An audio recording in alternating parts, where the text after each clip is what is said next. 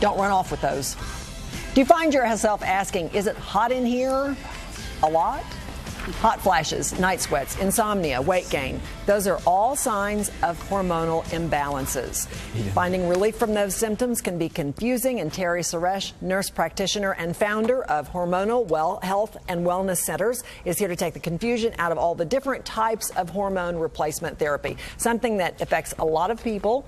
And before we differentiate between the different types of HRT, let's go back and quickly, if you would remind us of the symptoms. So if you're sitting out there going, I don't know if this is wrong with me or not, or where I am in all this, what are the symptoms, first of all, for women? Right. For women, it really starts in our 30s often with just vague symptoms like fatigue and depression, anxiety, irritability, mood swings. It's hard to focus. Hitting a wall in the afternoon, 2 to 4 o'clock in the afternoon's hallmark. Staying asleep at night, a huge one. Falling asleep, not the issue. Staying asleep is the issue. And of course, low libido for women, that's a classic symptom. And then the hot flashes kick in and the misery goes up, a couple of notches. And what about men? How are the symptoms different? Men it's a little more vague. They start their decline in their mid-30s, definitely by the time they're 40s. The brain fog, a lot of the guys say my brain and my mouth aren't connecting. It's on the tip of my tongue, so it's a lot of brain symptoms. Fatigue, that get up and go, got up and went, the honey-do list, they couldn't really care less about it. The things they once enjoyed, they don't really care about anymore, like golf or sports. They kind of just want to sit around on the couch and, with the remote, is what most of the guys report. And that's not just being a guy. That's not just being a guy. Okay, so there are shots, creams, patches, pills, pellets.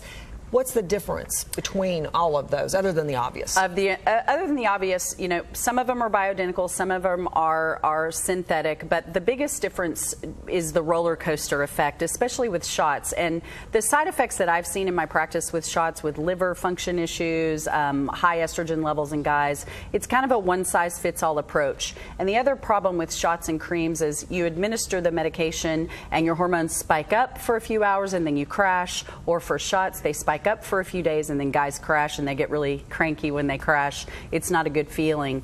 Pellets are actually my favorite, and they for a lot of reasons, bioidentical. That's what I was going to ask you. So why? You like pellets, why? Well, I've tried all of the other modalities in my practice, and pellet therapy makes the most sense. It answers all of the questions that I couldn't answer with the other modalities. They've been around the longest. They've been around since the 30s. A lot of people don't know that. They were around before oral synthetic hormones came on market. They're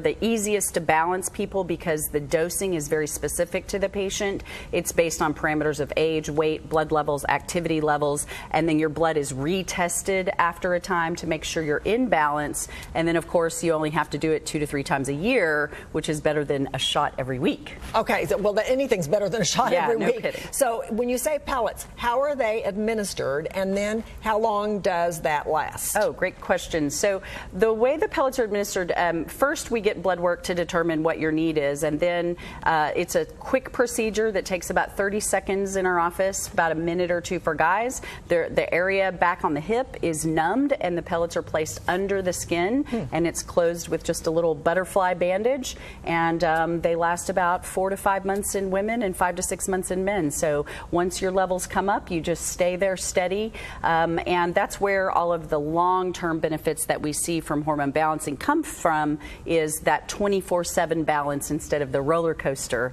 that you see with other modalities. So those are the obvious reasons why you prefer pellets to any other type of therapy. They're dosed individually, they last a long time, and they've been around the longest. The most medical studies we have based on pellet therapy than the other therapies. Okay, finally, before you get away, how do you find someone who is good in this area if you're looking for a practitioner? Right, so you know, a lot of people have tried to figure it out, even pellets, and you really just want to make sure that the practitioner understands how to balance hormones. It's not just about putting 1 or 2 pellets in the body. You want to make sure they really can articulate how to balance all of the hormones, not just testosterone, not just estrogen, testosterone, progesterone, and all of the other supplements that go along with it. Okay, well, it's important stuff, so obviously we want to be careful and appreciate the information. Thanks. Good stuff. Thank you very much. You can find out more by calling Hormonal Health, Wellness, and Aesthetic Centers in Dallas and Southlake. The numbers are 817-328-8376.